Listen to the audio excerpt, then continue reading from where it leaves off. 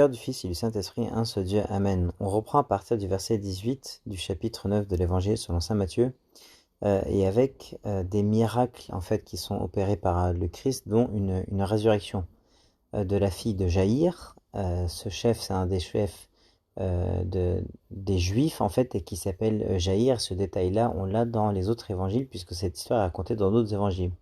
Et avant de rentrer dans le détail des miracles qui sont faits ici, en plus de celles que je suis en train de mentionner là, il faut savoir que le Christ a ressuscité trois personnes. Donc la fille de Jaïr, dont on va lire l'histoire maintenant, la fille de la veuve de la ville de Naaman, et puis il a ressuscité Lazare.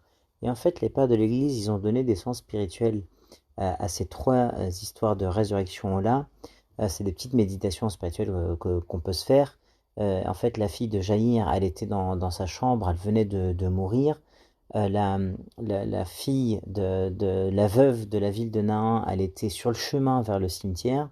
Et puis Lazare, il était déjà dans le tombeau depuis 4 jours et il sentait déjà. Et là, ça peut représenter trois stades, en fait, trois niveaux de péché.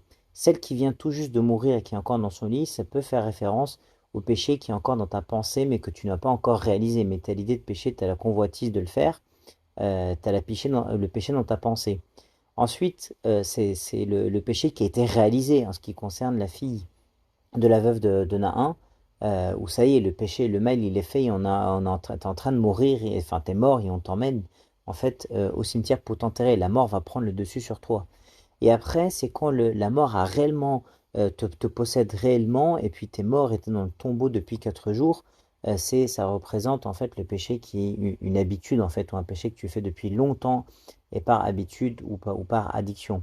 Et là, le sens ou le message, évidemment, c'est de dire que le Christ, il est possible de ressusciter ton état, ou de te faire sortir de ton état de péché, quel que soit le stade d'avancement dans le péché dans lequel tu es. Et c'est ça qui est joli. Il y a deux choses aussi qu'on va comparer à partir du verset 18 toujours, hein. C'est qu'on lit cette histoire de la fille de Jaïr, et on va lire l'histoire d'une femme qui est atteinte d'une perte de sang. C'est une femme hémorroïde, on l'appelle comme ça, où elle souffre d'hémorragie. Et pareil, on va comparer ces deux personnages-là. Le chef juif, il va représenter la nation juive, en fait, parce qu'il a une fille qui a 12 ans. Vous savez que le chiffre 12 il est important pour les juifs, ça représente les 12 tribus d'Israël. Et il connaît la loi et les prophètes. Encore une fois, c'est un chef dans la nation juive, donc c'est un des éducateurs, hein, de la loi ou de l'Ancien Testament. Et donc, il sait que dans l'Ancien Testament, il y a eu des histoires de résurrection, avec Élie et avec Élisée, par ailleurs. Et donc, il sait qu'un prophète est capable de faire cette résurrection-là. Donc, c'est pour ça qu'il va avec plein de confiance et avec foi, finalement, demander au Christ de ressusciter sa fille. Et au passage, ce qu'on peut dire, c'est que ces chefs-là, évidemment, ils étaient très durs avec le Christ, à se moquer de lui, par jalousie, évidemment, parce que les gens suivaient le Christ plutôt que de continuer à suivre ses chefs. Mais en temps de besoin, ils savent que le Christ, en réalité, il est capable de faire ces miracles-là. Et quand ils en ont besoin, ils vont le voir. Mais quand ils ont besoin de rien, et quand c'est leur intérêt, évidemment, et parce qu'ils veulent que le peuple les suive, eh bien, ils se moquaient de Dieu, du Christ, ils cherchaient à l'arrêter, ils l'ont crucifié, évidemment. Et la femme hémorroïs, justement, elle, donc elle est atteinte de cette maladie depuis 12 ans, encore une fois, sauf qu'elle, c'est une personne âgée, et elle va représenter le peuple des nations, le peuple de ceux qui ne sont pas juifs à la base et qui vont devenir chrétiens. Et il y a des niveaux de foi différents, et les deux vont être sauvés, évidemment, là, et on va les comparer dans ces histoires-là. Et donc, au verset 18, il y a écrit, tandis qu'il leur adressait ces paroles, voici un chef arriva, se prosterna devant lui par humilité, évidemment, parce qu'il est dans le besoin. Et Dieu, évidemment, il aime, ou ça le vin, du verbe vaincre, hein, ça le vin, qu'on vienne à lui humilier plein de larmes dans les yeux. Il ne peut pas nous refuser une demande quand on est dans cet état-là, dans cette condition-là. Et dit, ma fille est morte il y a un instant, mais viens, impose-lui les mains, et elle vivra.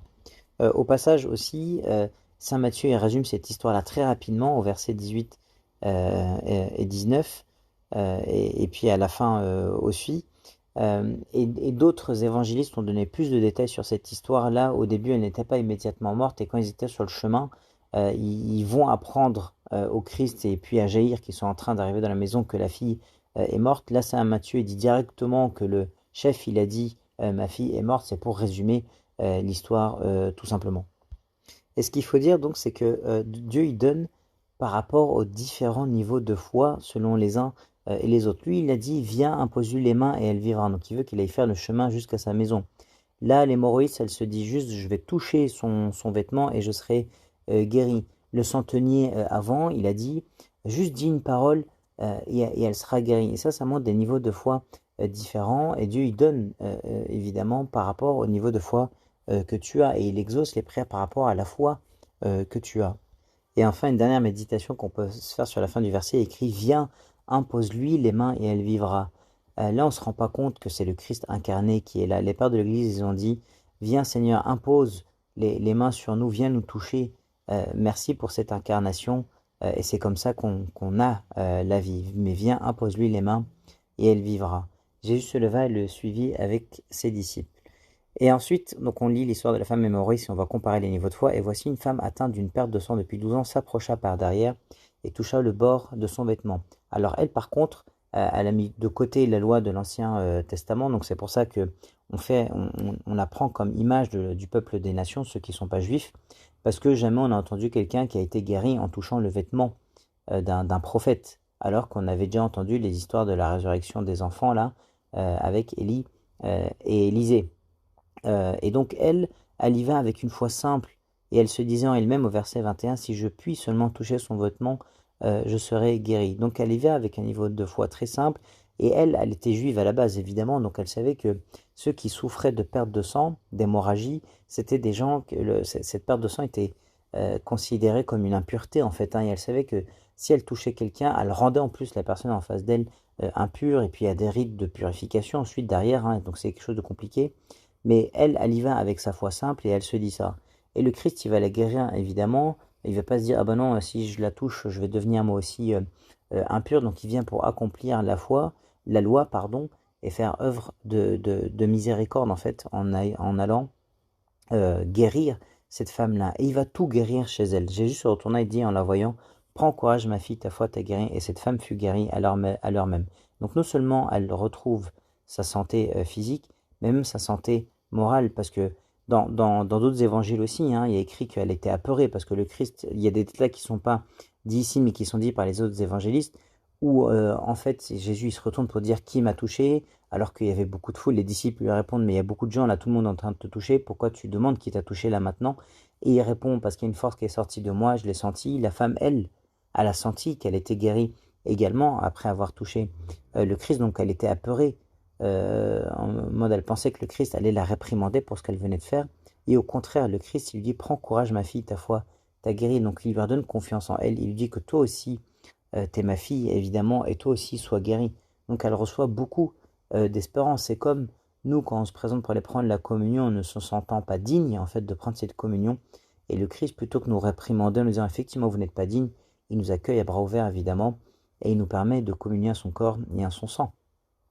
Et donc c'est ça qui est joli ici. Donc elle aussi, elle est sa fille, et elle aussi va être guérie, et la fille de Jaïr aussi va être guérie évidemment complètement, et la guérison du Christ elle est complète sur tous les plans. Lorsque Jésus fut arrivé à la maison du chef et qu'il vit les joueurs de flûte et la foule bruyante, il leur dit retirez-vous car la jeune fille n'est pas morte, mais elle dort, et il se moquait de lui.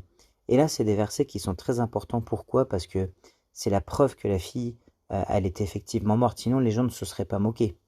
Il faut se rendre compte de voir quelqu'un qui est mort sur son lit, ça se voit immédiatement. Et donc ces gens-là, ces joueurs de flûte, Jésus, il les chasse parce qu'ils sont là à faire un deuil à l'excès.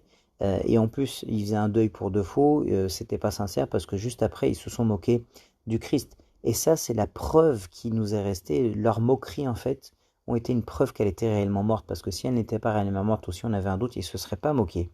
Donc quand il a dit la jeune fille n'est pas morte mais elle dort, ils se moquèrent de lui, donc ils ont laissé un témoignage et la preuve qu'elle était effectivement morte. Donc c'est pour ça que c'est très important comme détail. Quand la foule lui était renvoyée, il entra. Dans les autres évangiles, on dit qu'il y a Pierre, Jacques et Jean, puis la mère. Il entra, prit la main de la jeune fille, et la jeune fille se leva. Et ensuite, dans d'autres évangiles, on lit qu'il a ordonné qu'on lui donne à manger pour que sa guérison soit complète. Et le bruit s'en répandit dans toute la contrée.